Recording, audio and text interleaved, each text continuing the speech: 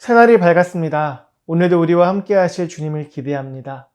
나의 걸음과 행실이 하나님의 사람임을 증거하게 하시고 어제보다 더 거룩해지고 성장해가는 우리가 되기를 소망합니다. 세상의 높은 곳을 지향하는 것보다 그리스도를 닮아가는 것을 지향하며 그 지혜가 담겨 있는 말씀 앞으로 겸손히 나아가는 이 시간 되기를 소망합니다.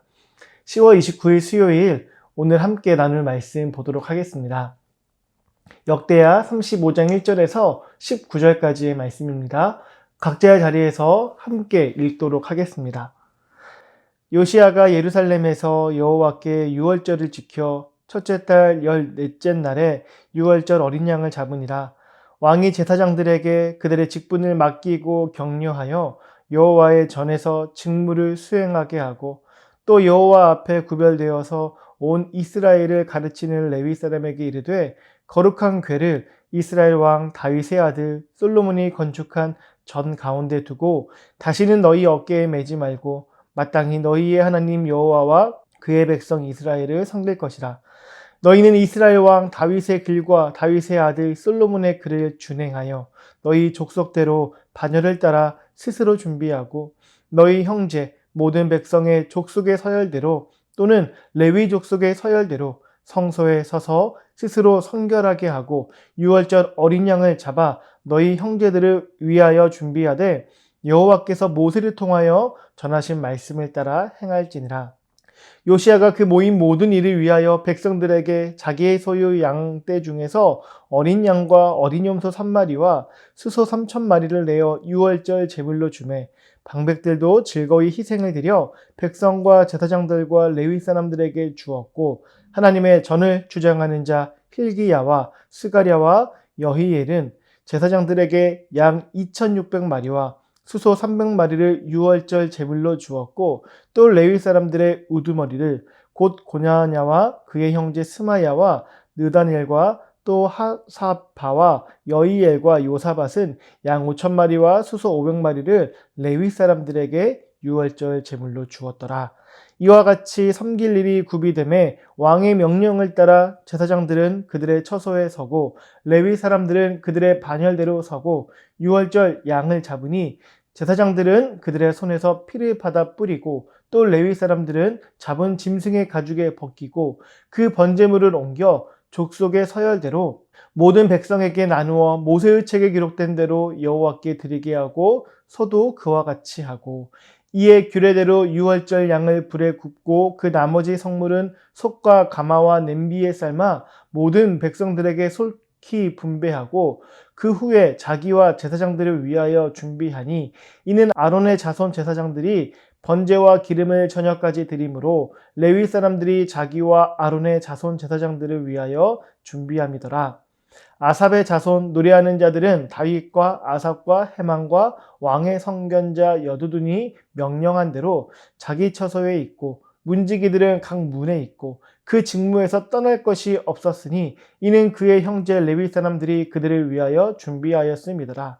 이와 같이 당일에 여호와를 섬길 일이 다 준비되매 요시야 왕의 명령대로 유월절을 지키며 번제를 여호와의 제단에 드렸으며 그때 모인 이스라엘 자손이 유월절을 지키고 이어서 무교절을 7일 동안 지켰으니 선지자 사무엘 이후로 이스라엘 가운데서 유월절을 이같이 지키지 못하였고 이스라엘 모든 왕들도 요시야가 제사장들과 레위 사람들과 모인 온 유다와 이스라엘 무리와 예루살렘 주민과 함께 지킨 것처럼은 유월절을 지키지 못하였더라. 요시야가 왕위에 있은 지 18째 해에 이 유월절을 지켰더라. 아멘. 오늘 본문은 남유다의 요시야 왕이 유월절을 회복하는 장면을 보여주고 있습니다. 요시야는 역대하에 기록된 남유다의 왕들 중에서도 특별히 하나님께 칭찬을 받은 왕입니다.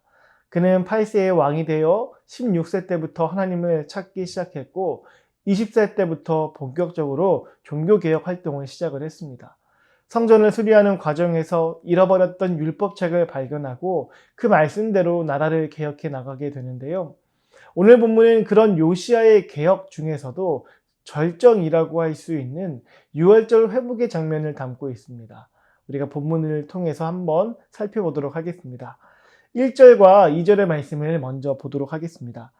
요시야가 예루살렘에서 여호와께 유월절을 지켜 첫째 달 14째 날에 유월절 어린 양을 잡으니라. 왕이 제사장들에게 그들의 직분을 맡기고 격려하여 여호와의 전에서 직무를 수행하게 하고. 아멘. 요시야가 유월절을 지키기로 합니다. 그것도 율법이 정한 대로 정확한 날짜에 지키기로 한 것입니다. 앞서 히스기야 왕의 유월절을 생각하면 제 날짜에 지키지 못하고 한 달을 미룬 다음에 지켰었는데요. 요시야는 원래 유월절을 지키는 날짜인 첫째 달 14째 날에 지키게 됩니다. 다들 아시는 것처럼 유월절은 이스라엘 민족에게 가장 중요한 절기입니다. 출애굽의 은혜를 기념하는 절기이고 하나님께서 자신들을 애굽의 종살이에서 구원하신 그 놀라운 사건을 기억하는 날입니다. 그런데 오랫동안 이 절기가 제대로 지켜지지 않았습니다. 백성들이 하나님을 잊어버리고 우상을 섬기면서 유월절도 함께 잊혀져 갔던 것입니다. 요시야는 바로 이 잊혀진 절기, 더 정확히는 잊혀진 하나님에 대한 신앙을 회복하기로 결단하였던 것입니다. 여기서 주목할 점은 요시야가요, 제사장들에게 직분을 맡기고 격려하여 여호와의 성전을 섬기게 했다는 것입니다. 이것은 요시야가 유월절을 지키는 흉내만 내는 것이 아니라 제대로 지키려 했음을 보여주는 대목인데요. 유월절을 지킬 때 중요한 역할을 감당해야 하는 제사장들에게 그들의 직분을 분명히 하고 격려하여 그들이 맡은 바 직무를 성실하게 수행하게 함으로써 하나님께서 정하신 질서대로 유월절을 지키려 하였던 것입니다. 이것은 나아가 유월절에 참여하는 모든 백성들에게 각자의 자리에서 각자의 역할에 최선을 다해 섬기고 참여하라는 메시지로 받아들여졌을 것입니다. 특별히 격려라는 표현이 인상적입니다. 왕으로서 정당한 일이니만큼 명령으로 하더라도 되었을 것인데 그는 명령 대신에 격려를 택하였습니다. 유월절을 지킴에 있어서 가장 중요한 것이 무엇인지 요시야는 알고 있었습니다. 하나님께서 기뻐 받으시는 예배의 핵심은 예배자의 중심이었습니다. 일로써 억지로 그렇게 하는 것이 아니라 자발적인 마음으로 기쁨과 감사로 참여하는 것이 유월절을 바르게 지키는 것이기에 그는 제사장들에게 명령이 아닌 격려로서 자발적 감사의 마음으로 섬기게 하였던 것입니다. 우리의 자녀나 후배들을 좋은 예배자로 양육하기 위해서 우리가 엄히 가르쳐야 할 때도 있지만 그것이 과하여서 하나님을 향한 자발적인 마음까지 꺾이게 해서는 안 될 것입니다. 요시야 왕의 지혜로운 배려의 모습을 우리도 서로에게 베풀 수 있는 그런 공동체가 되기를 소망합니다. 이어서 3절에서 6절까지를 보면 요시야 왕이 레위 사람들에게 구체적으로 지시하는 내용이 나오고 있습니다. 요시야는 먼저 레위 사람들에게 과거의 영광을 상기시킵니다. 솔로몬 시대를 언급하면서 그때의 질서와 규례를 따르라고 이야기를 합니다. 이것은 단순히 과거를 그리워하는 것이 아니었습니다. 하나님께서 정하신 가장 아름다운 모습으로 돌아가고자 하였던 것입니다.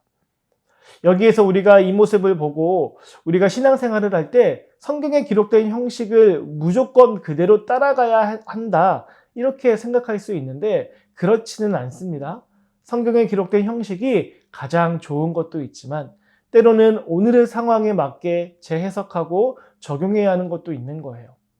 신약에서 예수님이 이런 모습을 잘 보여주시지 않았습니까?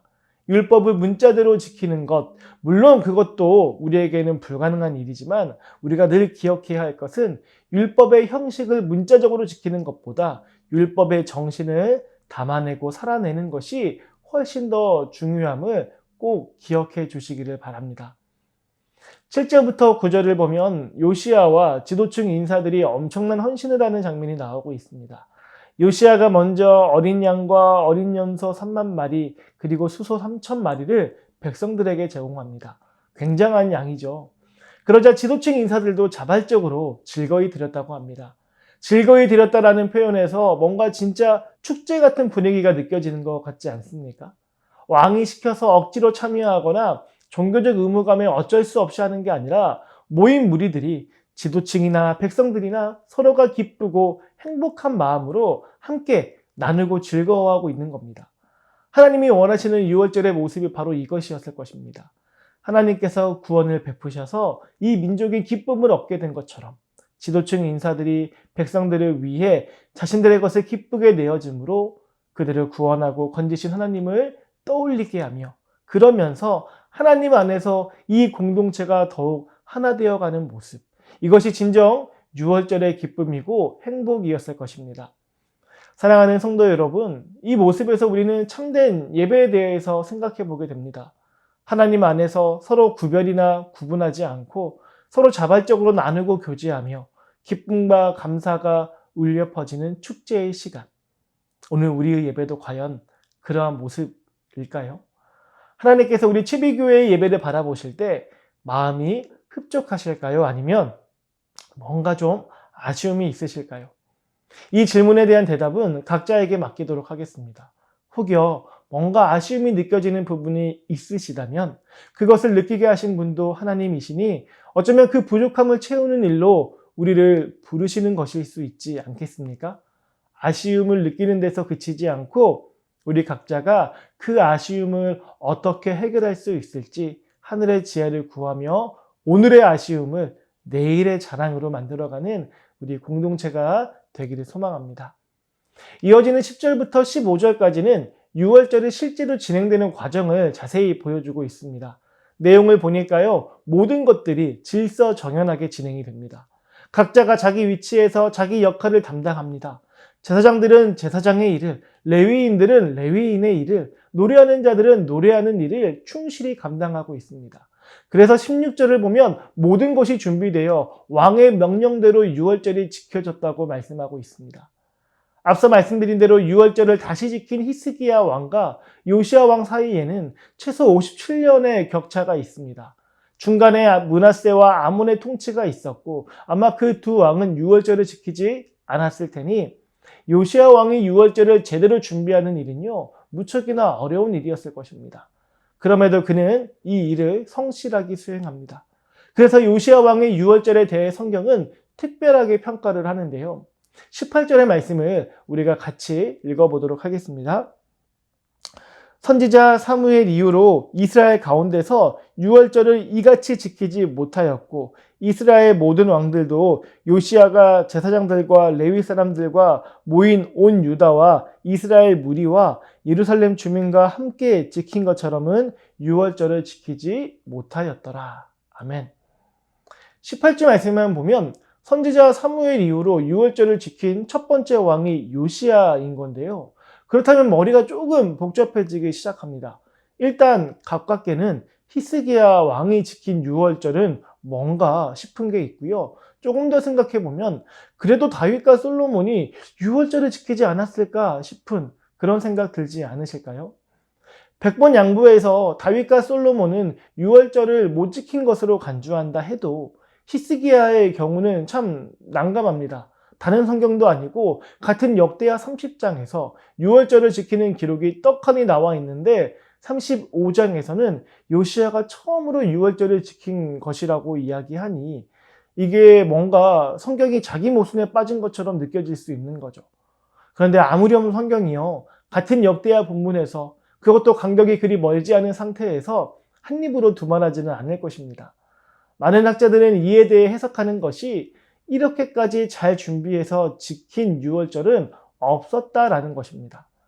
앞서 히스기야의 경우에는 언급드린 대로 제 날짜에 지키지도 못했고 당시 기록을 보면 대부분의 백성들이 정결하지 못한 부정한 상태에서 유월절에 참여하므로 히스기야 왕이 선하신 여호와여 사하옵소서라는 기도까지 했으니 형식적으로는 상당히 불완전하고 준비가 미흡했던 유월절이었습니다.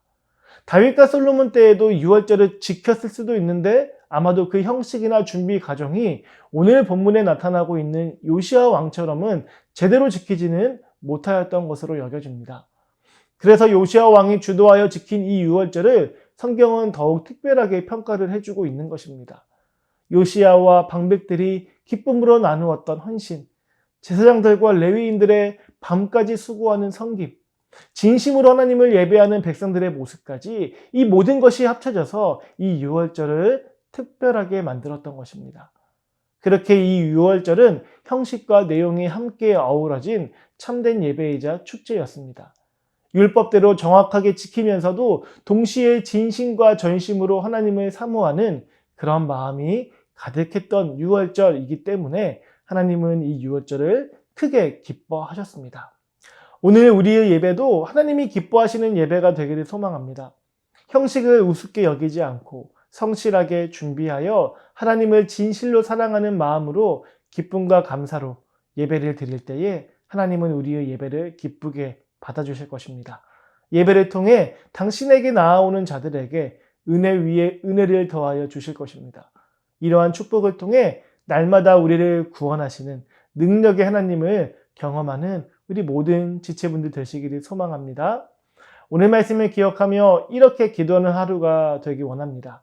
하나님을 섬기는 일에 성실히 준비하고 최선을 다하는 삶을 살게 하여 주시옵소서.